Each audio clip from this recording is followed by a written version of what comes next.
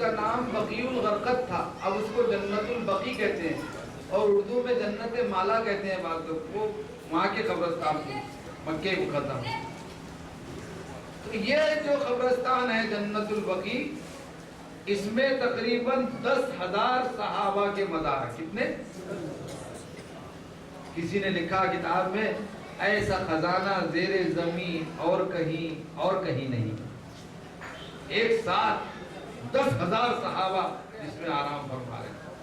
آپ اس کی زیارت کو جا رہے ہیں تو تھوڑا سا میں تعارف کرا دوں کہ کون کہاں ہے، جتنا مجھے معلوم ہے، میری کتاب میں بھی اشارہ ہے لیکن پورے طور پر نہیں بتا سکتے۔ جیسے ہی آپ گیٹ سے داخل ہوں گے تو گیٹ سے عورتوں کو وہاں اندر نہیں جانے دیا جاتا ہے، مرد حضرات وہاں جاتے ہیں۔ یہ گیٹ کے پاس کہاں ہے گیٹ؟ یہ ہے یہاں، یہ مسجد نبی کا صحن ہے یہاں تک، اور یہاں سے گیٹ ہے۔ عورتیں باہر سے دیکھ رہی ہے، جالی لگی ہوئی چاروں طرف سے، تو یہ جالی لگی ہوئی ہے، باؤنڈری کی ہے، اور یہ گیٹ ہے یہاں اندر جانے کا، اور یہ راستے بنے ہوئے بیچ میں جو چھوٹے چھوٹے پتھر دکھ رہے ہیں یہ قبروں کے نشانات ہے بس، اور کوئی نشانی نہیں ہے۔ تو سیدھے ہاتھ پر آپ داخل ہوتے ہی جب آپ کا قبرستان کی طرف رخ ہوگا تو سیدھے ہاتھ پر سب سے پہلا جو مزار ہے جس کا پتھر ایک دم کالا ہو گیا ہے وہ حضرت فاطمہ الزہرا رضی اللہ تعالیٰ عنہا۔ حضور نے فرمایا، حضور کی یہ سب سے چہیتی بیٹی تھی، اور سب سے آخر میں حضور اکرم صلی اللہ علیہ وسلم سفر پہ جاتے وقت ان سے ملتے تھے، اور سفر سے آنے کے بعد مسجد نبوی میں 2 رکعت نماز پڑھ کر اسی بیٹی سے ملتے تھے۔ اس بیٹی نے اسلام کے خاطر بہت تکلیفیں اٹھائی، بچپن میں حسنین کے ساتھ واقع کیے۔ حضرت علی جب اللہ کے راستے میں جاتے تھے، حضرت فاطمہ ایک دن بیٹھی تھی اپنے باپ ابا جان حضرت رسول پاک صلی اللہ علیہ وسلم کے پاس، اور دور حضرت عائشہ بیٹھی تھی۔ اب باپ بیٹی کی راز و نیاز چل رہی تھی، پہلی مرتبہ کچھ بات ہوئی تو حضرت فاطمہ رونے لگی، تھوڑی دیر کے بعد کچھ حضور نے فرمایا تو خوش ہو کر ہنسنے لگی۔ جب حضور اکرم صلی اللہ علیہ وسلم تشریف لے گئے تو حضرت عائشہ نے فاطمہ رضی اللہ عنہا سے پوچھا کہ یہ باپ بیٹی میں کیا راز و نیاز تھے، ہم کو بھی تو بتاؤ۔ فرمایا امی جان کچھ نہیں، پہلی مرتبہ جب میں روئی اور بعد میں ہنسی، اس کی وجہ بتاتی ہوں۔ روئی میں اس لیے کہ جب اذا جاء نصر اللہ والفتح ورأیت الناس يدخلون فی دین اللہ افواجا نازل ہوئی، تو حضور نے مجھ سے کہا کہ فاطمہ اب ہمارا اللہ کے پاس جانے کا وقت قریب آ گیا۔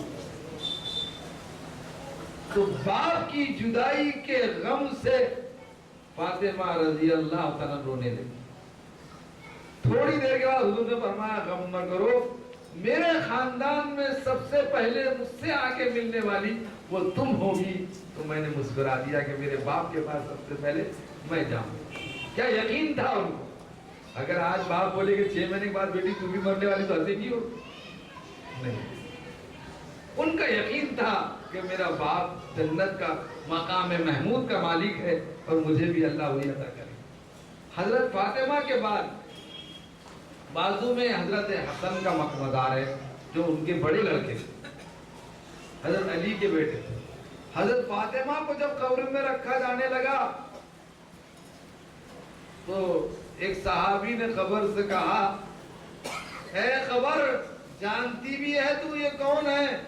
یہ جگر گوشہ رسول ہے، یہ رسول کا لخت جگر ہے، یہ ان کی نور نظر ہے، یہ حسنین کی ماں ہے، یہ علی حیدر کرار کی بیوی ہے۔ جواب آیا قبر سے کہ یہاں حسب و نسب نہیں دیکھتی، یہاں خاندان واندان نہیں دیکھا جاتا، یہاں عمل دیکھا جاتا ہے۔ اللہ ہم سب کو اپنے نیک عمل کر کے اللہ کی مغفرت حاصل کرنے کی توفیق عطا فرمائے۔ اس کے بعد حضرت حسن کا مزار ہے۔